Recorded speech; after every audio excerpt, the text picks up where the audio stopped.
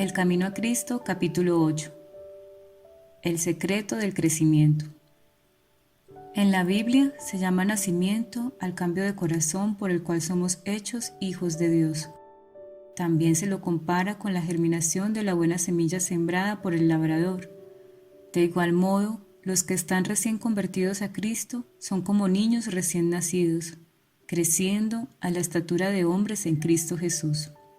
Primera de Pedro 2:2, Efesios 4:15. Como la buena simiente en el campo, tiene que crecer y dar fruto.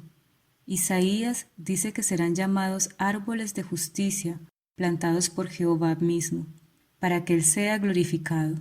Isaías 61:3. Del mundo natural se sacan así ilustraciones para ayudarnos a entender mejor las verdades misteriosas de la vida espiritual. Toda la sabiduría e inteligencia de los hombres no pueden dar vida al objeto más pequeño de la naturaleza. Solamente por la vida que Dios mismo les ha dado pueden vivir las plantas y los animales. Asimismo, es solamente mediante la vida de Dios como se engendra la vida espiritual en el corazón de los hombres. Si el hombre no naciere de nuevo, no puede ser hecho participante de la vida que Cristo vino a dar. Juan 3:3. Lo que sucede con la vida sucede con el crecimiento. Dios es el que hace florecer el capullo y fructificar las flores. Su poder es el que hace a la simiente desarrollar primero hierba, luego espiga, luego grano lleno en la espiga. Marcos 4:28. El profeta Oseas dice que Israel echará flores como el lirio, serán revivificados como el trigo y florecerán como la vid. Oseas 14:5-7. Y Jesús nos dice: considerad los lirios como crecen. Lucas 12:27. Las plantas y las flores crecen no por su propio cuidado o solicitud o esfuerzo, sino porque reciben lo que Dios ha proporcionado para que les dé vida. El niño no puede por su solicitud o poder propio añadir algo a su estatura. Ni vosotros podréis por vuestra solicitud o esfuerzo conseguir el crecimiento espiritual. La planta y el niño crecen al recibir de la atmósfera que los rodea aquello que les da vida, el aire, el sol y el alimento. Lo que estos dones de la naturaleza son para los animales y las plantas, es Cristo para los que confían en Él. Él es su luz eterna, escudo y sol. Isaías 60:19, Salmo 84:11. Será como el rocío a Israel, descenderá como la lluvia sobre el césped cortado. Oseas 14:5, Salmos 72:6. Él es el agua viva, el plan de Dios que descendió del cielo y da vida al mundo. Juan 6:33. En el don incomparable de su Hijo ha rodeado Dios al mundo entero en una atmósfera de gracia tan real como el aire que circula en derredor del globo. Todos los que quisieren respirar esta atmósfera vivificante vivirán y crecerán hasta la estatura de hombres y mujeres en Cristo Jesús.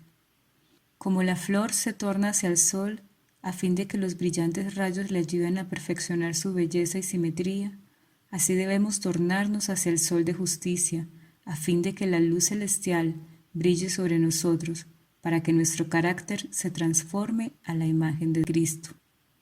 Jesús enseña la misma cosa cuando dice: permaneced en mí y yo en vosotros.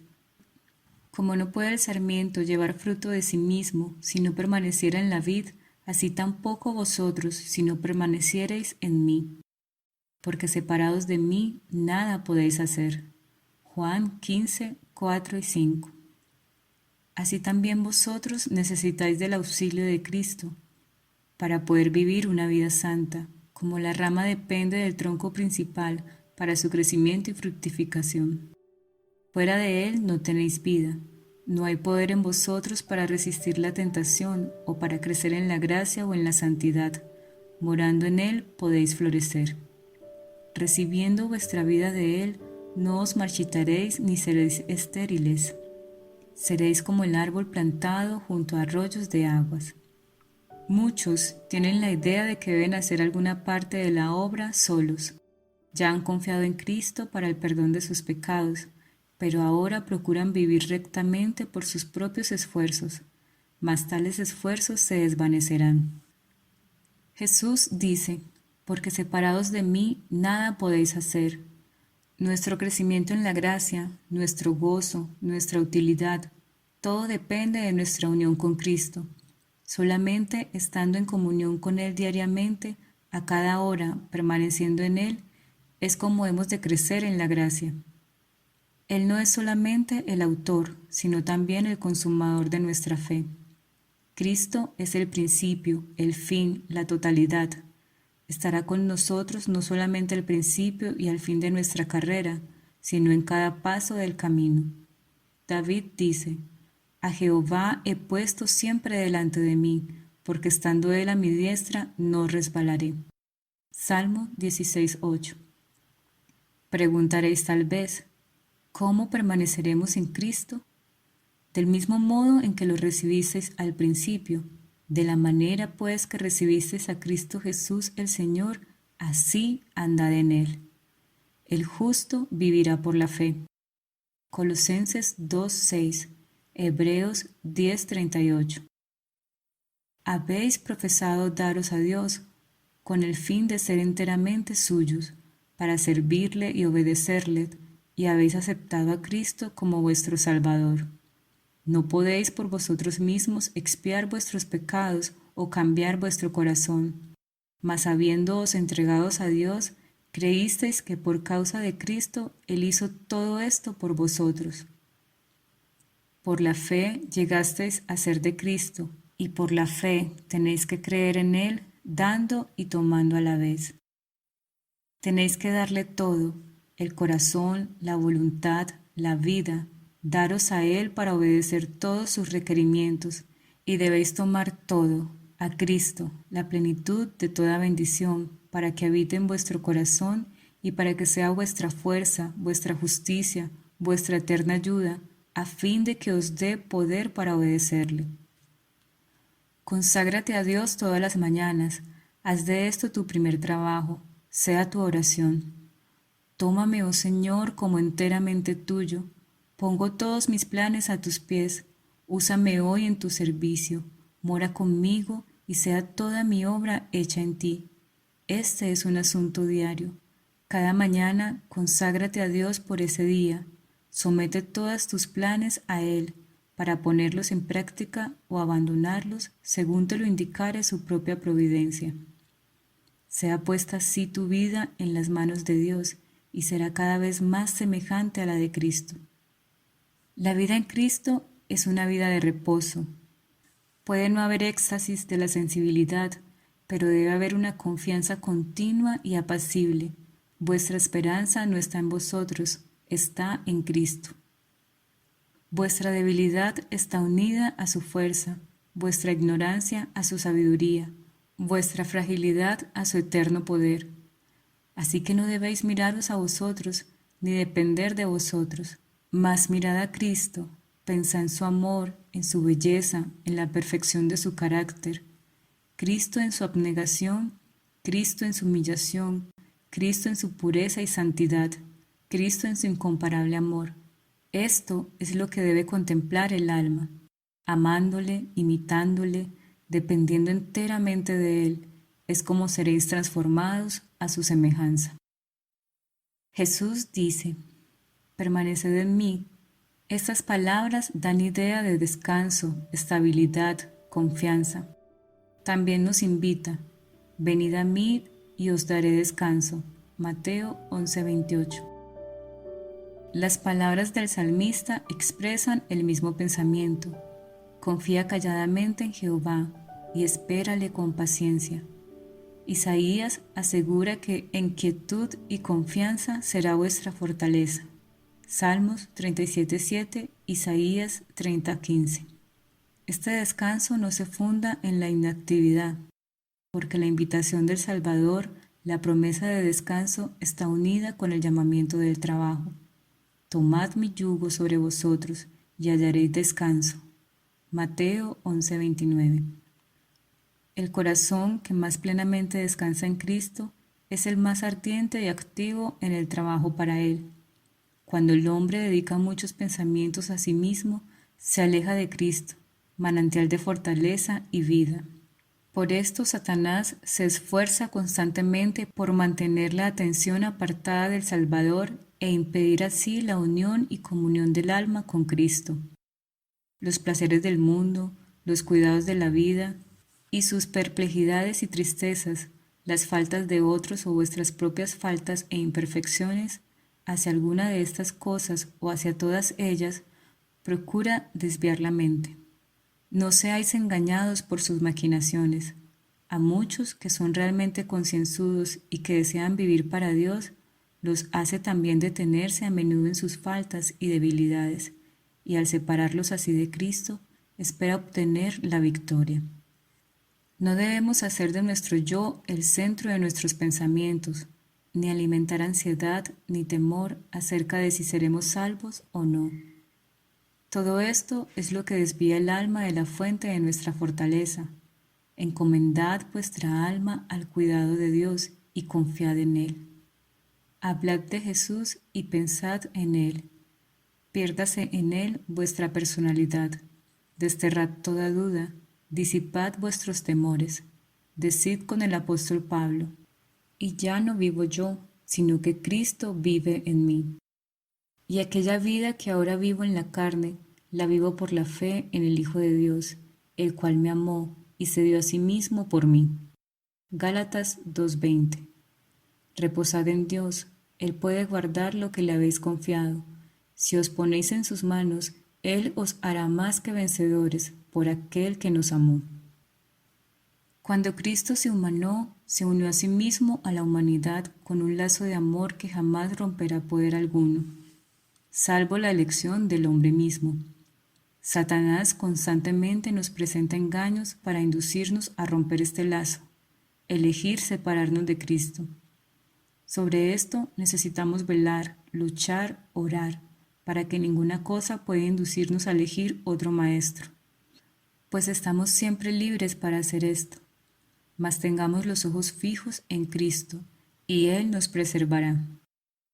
Confiando en Jesús, estamos seguros, nada puede arrebatarnos de su mano. Mirándolo constantemente, somos transformados en la misma semejanza, de gloria en gloria, así como el Espíritu del Señor. Segunda de Corintios 3:18. Así fue como los primeros discípulos se hicieron semejantes a nuestro Salvador. Cuando ellos oyeron las palabras de Jesús, sintieron su necesidad de Él. Lo buscaron, lo encontraron, lo siguieron. Estaban con Él en la casa, a la mesa, en su retiro, en el campo. Estaban con Él como discípulos con un maestro, recibiendo diariamente de sus labios lecciones de santa verdad. Lo miraban como los siervos a su Señor, para aprender sus deberes.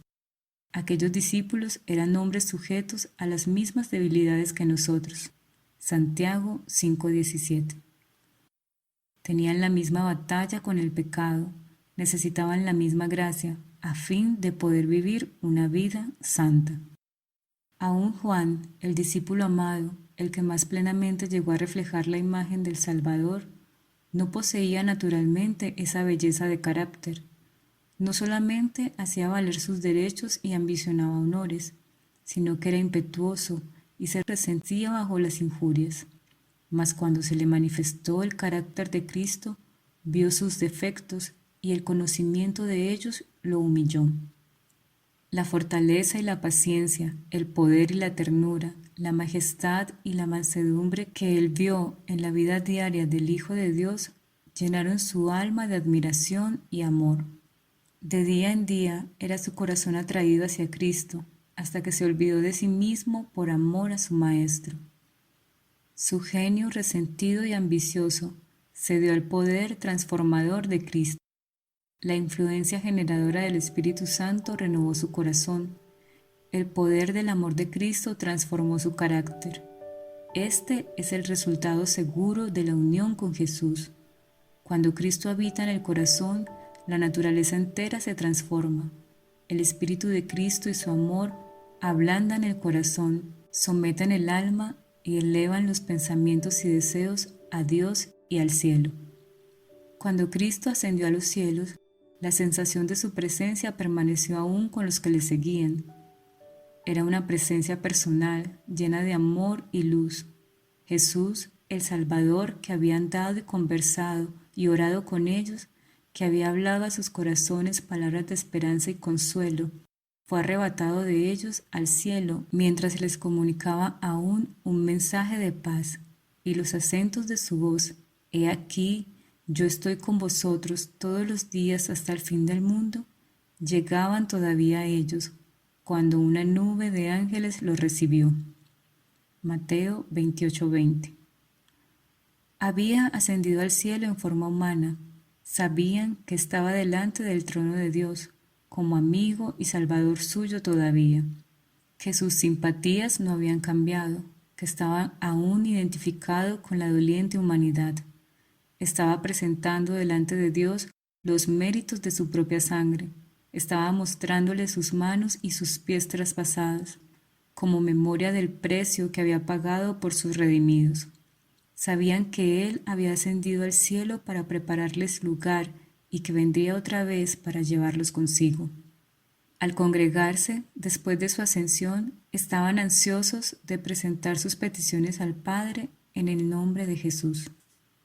Con solemne temor se postraron en oración, repitiendo la promesa: «Todo cuanto pidiereis al Padre en mi nombre, Él os lo dará». Hasta ahora no habéis pedido nada en mi nombre. Pedid y recibiréis, para que vuestro gozo sea completo. Juan 16, 23, 24. Extendieron más y más la mano de la fe, presentando aquel poderoso argumento: Cristo Jesús es el que murió, más aún el que fue levantado de entre los muertos, el que está a la diestra de Dios, el que también intercede por nosotros. Romanos 8:34. Y en el día de Pentecostés vino a ellos la presencia del Consolador, del cual Cristo había dicho: «Estará en vosotros», y les había dicho más: «Os conviene que yo vaya, porque si no me fuere, el Consolador no vendrá a vosotros, mas si me fuere, os le enviaré». Juan 14:17 y 16:7. Y desde aquel día, Cristo había de morar continuamente por el Espíritu en el corazón de sus hijos. Su unión con ellos era más estrecha que cuando Él estaba personalmente con ellos. La luz, el amor y el poder de la presencia de Cristo resplandecía en ellos, de tal manera que los hombres mirándolos se maravillaban y al fin los reconocían que eran de los que habían estado con Jesús. Hechos 4:13.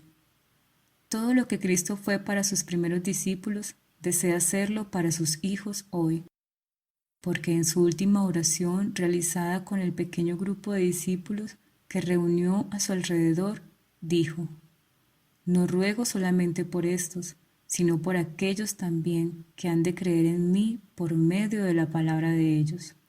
Juan 17:20. Jesús oró por nosotros y pidió que fuésemos uno con Él, así como Él es uno con el Padre. ¡Qué unión tan preciosa! El Salvador había dicho de sí mismo: «No puede el Hijo hacer nada de sí mismo. El Padre, morando en mí, hace sus obras». Juan 5:19 y 14:10. De modo que si Cristo está en nuestro corazón, obrará en nosotros, así el querer como el obrar a causa de su buena voluntad. Filipenses 2:13. Trabajaremos como trabajó Él, manifestaremos el mismo espíritu, y amándole y morando en Él, creceremos hasta ser en todo como aquel que es la cabeza, es decir, Cristo. Efesios 4:15. Capítulo 9. El gozo de la colaboración. Dios es la fuente de vida, luz y gozo para el universo. Como los rayos de la luz del sol, como las corrientes de agua que brotan de un manantial vivo, las bendiciones descienden de Él a todas sus criaturas. y donde quiera que la vida de Dios esté en el corazón de los hombres, inundará a otros de amor y bendición. El gozo de nuestro Salvador se cifraba en levantar y redimir a los hombres caídos. Para lograr este fin, no consideró su vida como cosa preciosa, mas sufrió la cruz menospreciando la ignominia. Así, los ángeles están siempre empeñados en trabajar por la felicidad de otros. Este es su gozo. Lo que los corazones egoístas considerarían un servicio degradante, servir a los que son infelices y bajo todo aspecto inferiores a ellos en carácter y jerarquía, es la obra de los ángeles exentos de pecado. El espíritu de amor y abnegación de Cristo es el espíritu que llena los cielos y es la misma esencia de su gloria. Este es el espíritu que poseerán los discípulos de Cristo, la obra que harán. Cuando el amor de Cristo está guardado en el corazón, como dulce fragancia no puede ocultarse. Su santa influencia será percibida por todos aquellos con quienes nos relacionemos. El Espíritu de Cristo en el corazón es como un manantial en un desierto, que se derrama para refrescarlo todo y despertar en los que ya están por perecer, anhelosos de beber del agua de la vida. El amor a Jesús se manifestará por el deseo de trabajar, como Él trabajó por la felicidad y la elevación de la humanidad. Nos inspirará amor, ternura y simpatía por todas las criaturas que gozan del cuidado de nuestro Padre Celestial.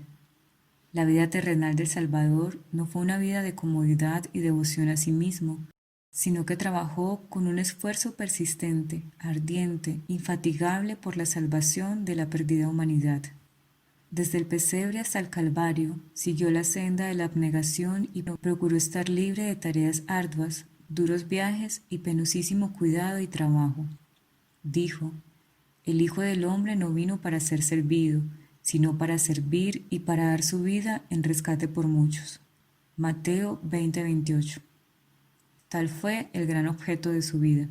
Todo lo demás fue secundario y accesorio. Fue su comida y bebida hacer la voluntad de Dios y acabar su obra. No había amor propio ni egoísmo en su trabajo. Así también los que son participantes de la gracia de Cristo están dispuestos a hacer cualquier sacrificio a fin de que aquellos por los cuales Él murió tengan parte en el don celestial. Harán cuanto puedan para que el mundo sea mejor por su permanencia en Él. Este espíritu es el fruto seguro del alma verdaderamente convertida. Tan pronto como viene uno a Cristo, nace en el corazón un vivo deseo de hacer conocer a otros cuán precioso amigo ha encontrado en Jesús. La verdad salvadora y santificadora no pueden permanecer encerrados en el corazón. Si estamos revestidos de la justicia de Cristo y rebosamos de gozo por la presencia de su Espíritu, no podremos guardar silencio. Si hemos probado y visto que el Señor es bueno, tendremos algo que decir a otros. Como Felipe cuando encontró al Salvador, invitaremos a otros a ir a Él. Procuraremos hacerles presente los atractivos de Cristo y las invisibles realidades del mundo venidero. Anhelaremos ardientemente seguir en la senda que recorrió Jesús y desearemos que los que nos rodean puedan ver al Cordero de Dios que quita el pecado del mundo. Juan 1:29. Y el esfuerzo por hacer bien a otros se tornará en bendiciones para nosotros mismos. Este fue el designio de Dios, al darnos una parte que hacer en el plan de la redención. Él ha concedido a los hombres el privilegio de ser hechos participantes de la naturaleza divina y de difundir a su vez bendiciones para sus hermanos. Este es el honor más alto y el gozo más grande que Dios puede conferir a los hombres. Los que así participan en trabajos de amor se acercan más a su Creador.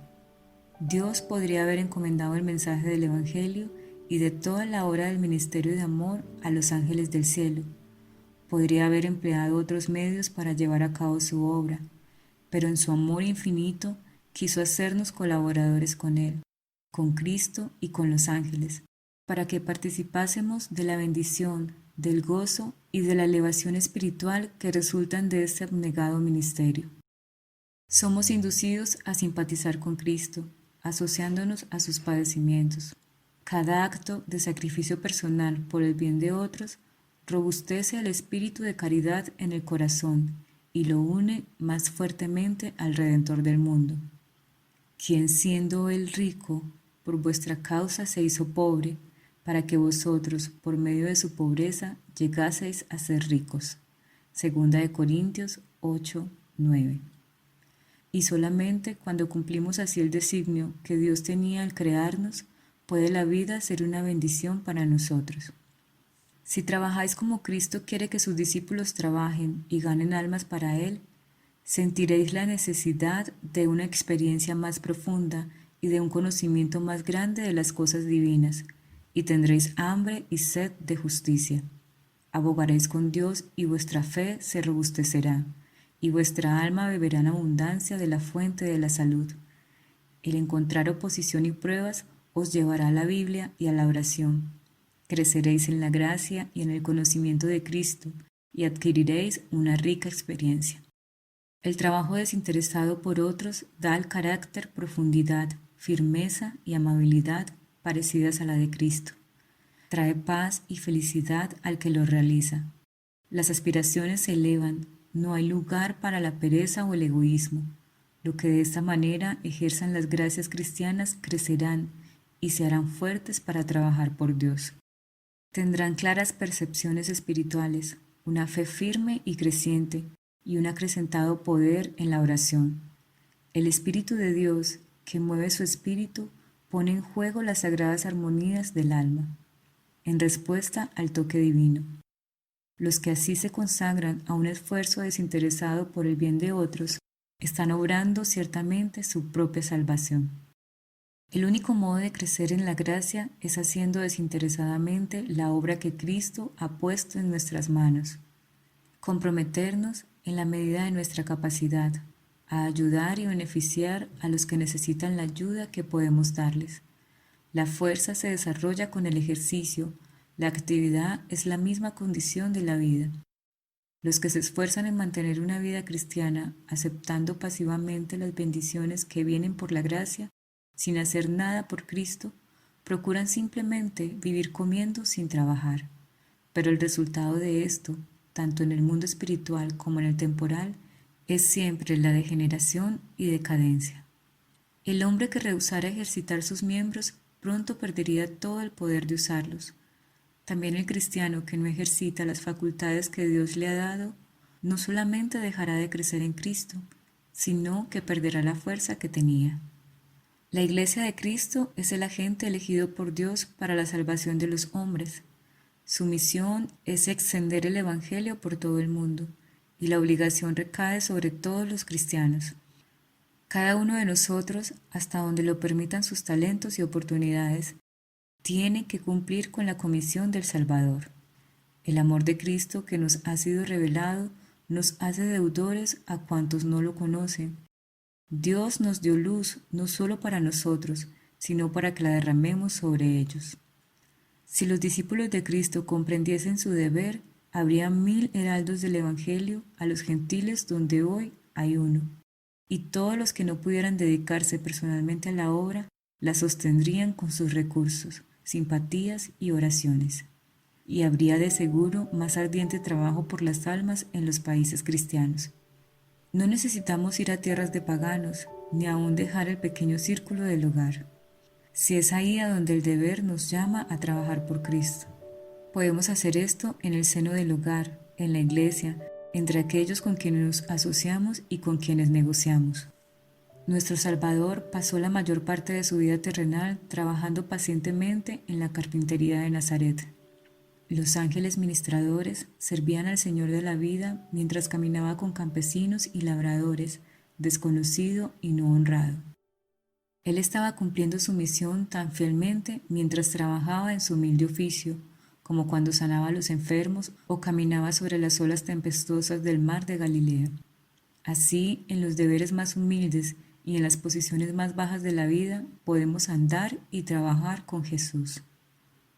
El apóstol dice: cada uno permanezca para con Dios en aquel estado en que fue llamado.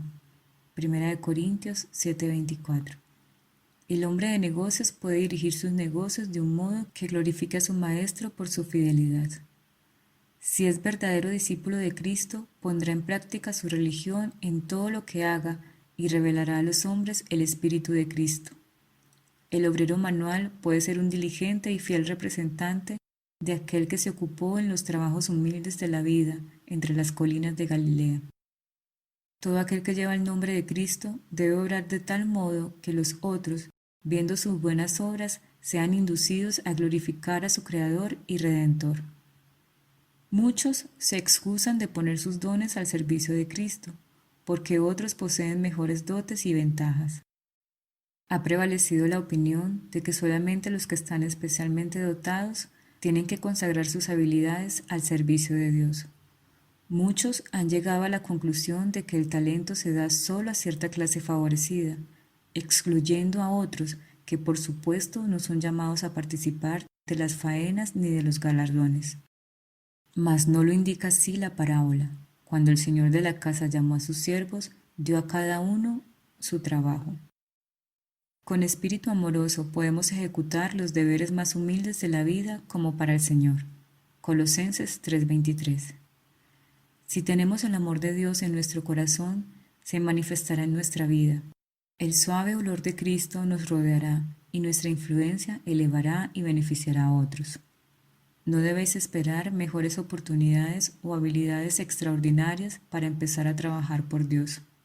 No necesitáis preocuparos en lo más mínimo de lo que el mundo dirá de vosotros.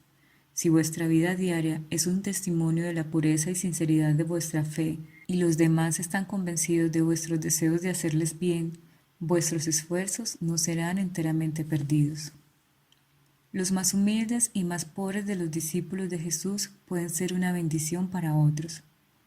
Pueden no echar de ver que están haciendo algún bien especial, pero por su influencia inconsciente pueden derramar bendiciones abundantes que se extiendan y profundicen, y cuyos benditos resultados no se conozcan hasta el día de la recompensa final. Ellos no sienten ni saben que están haciendo alguna cosa grande. No necesitan cargarse de ansiedad por el éxito.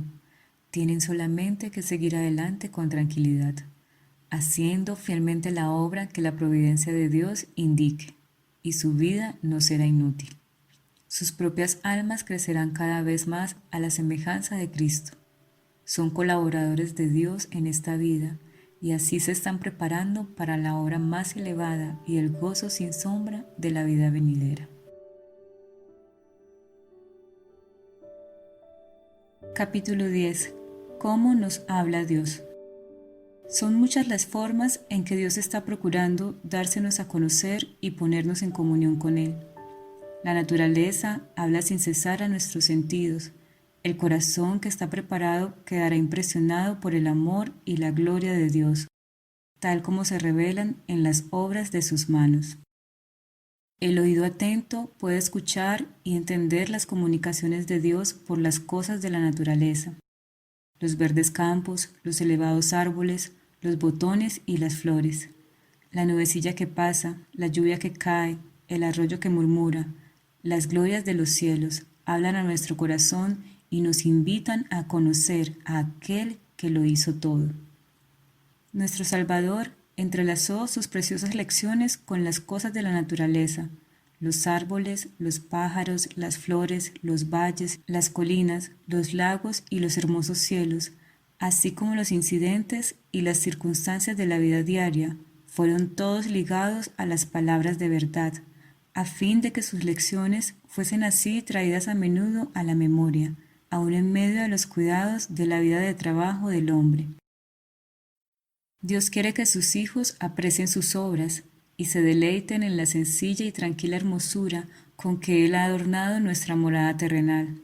Él es amante de lo bello y sobre todo ama la belleza del carácter, que es más atractiva que todo lo externo, y quiere que cultivemos la pureza y la sencillez, las gracias características de las flores. Si tan solo queremos escuchar las obras que Dios ha hecho, nos enseñarán lecciones preciosas de obediencia y confianza. Desde las estrellas que en su carrera por el espacio, sin huellas, siguen de siglo en siglo sus sendas asignadas. Hasta el átomo más pequeño, las cosas de la naturaleza obedecen a la voluntad del Creador. Y Dios cuida y sostiene todas las cosas que ha creado. El que sustenta los innumerables mundos diseminados por la inmensidad, también tiene cuidado del gorrioncillo que entona sin temor su humilde canto. Cuando los hombres van a su trabajo o están orando, cuando descansan o se levantan por la mañana, cuando el rico se sacia en el palacio o cuando el pobre reúne a sus hijos alrededor de su escasa mesa, el Padre Celestial vigila tiernamente a todos. No se derraman lágrimas sin que Él lo note, no hay sonrisa que para Él pase inadvertida. Si creyéramos plenamente esto, toda ansiedad indebida desaparecería. Nuestras vidas no estarían tan llenas de desengaños como ahora, porque cada cosa, grande o pequeña, debe dejarse en las manos de Dios, quien no se confunde por la multiplicidad de los cuidados, ni se abruma por su peso. Gozaríamos entonces del reposo del alma, al cual muchos han sido por largo tiempo extraños. Cuando vuestros sentidos se deleitan en la amena belleza de la tierra, pensad en el mundo venidero, que nunca conocerá mancha de pecado ni de muerte, donde la faz de la naturaleza no llevará más la sombra de la maldición. Que vuestra imaginación represente la morada de los justos, y entonces recordad que será más gloriosa que cuanto pueda figurarse la más brillante imaginación. En los variados dones de Dios en la naturaleza no vemos sino el reflejo más pálido de su gloria. Está escrito: cosas que ojo no vio, ni oído oyó, y que jamás entraron en pensamiento humano, las cosas grandes que ha preparado Dios para los que le aman. Primera de Corintios 2:9. El poeta y el naturalista tienen muchas cosas que decir acerca de la naturaleza, pero es el cristiano el que más goza de la belleza de la tierra, porque reconoce la obra de la mano de su Padre y percibe su amor en la flor, en el arbusto y en el árbol. Nadie que no los mire como una expresión del amor de Dios al hombre puede apreciar plenamente la significación de la colina ni del valle, del río ni del mar. Dios nos habla mediante sus obras providenciales y por la influencia del Espíritu Santo en el corazón. En nuestras circunstancias y ambiente, en los cambios que suceden diariamente en torno nuestro, podemos encontrar preciosas lecciones, si tan solo nuestros corazones están abiertos para recibirlas.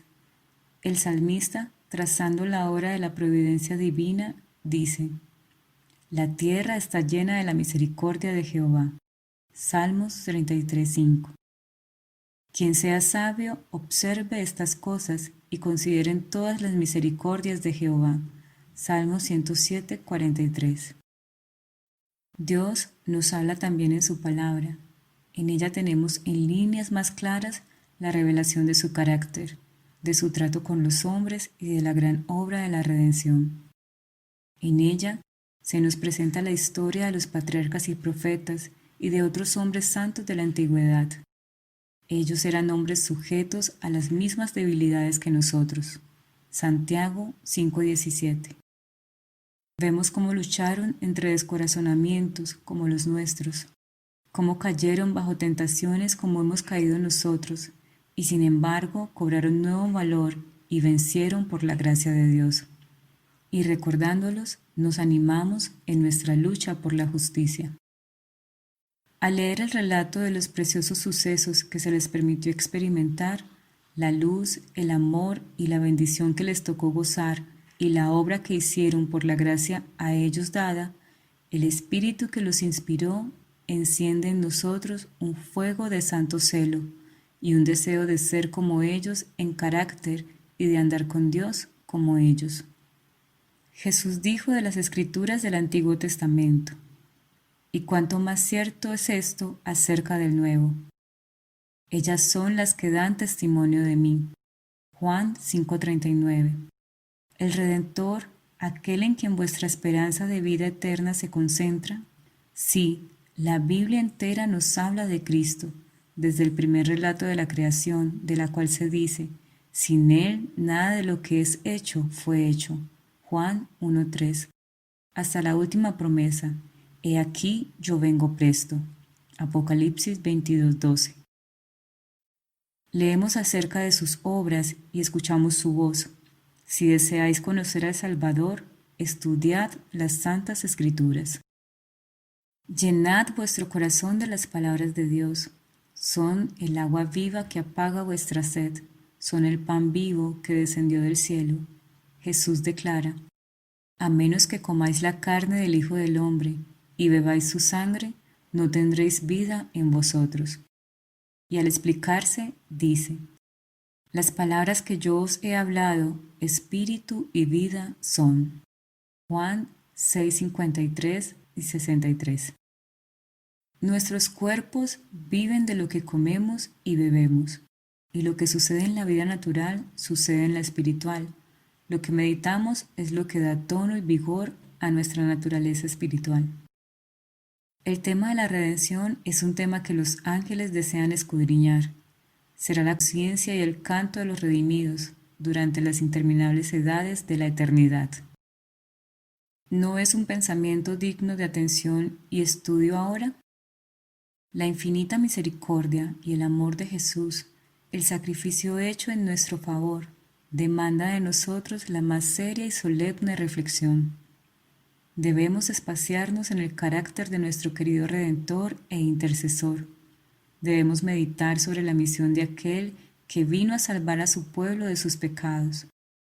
Cuando contemplemos así los asuntos celestiales, nuestra fe y amor serán más fuertes y nuestras oraciones más aceptables a Dios, porque se elevarán siempre con más fe y amor. Serán inteligentes y fervientes.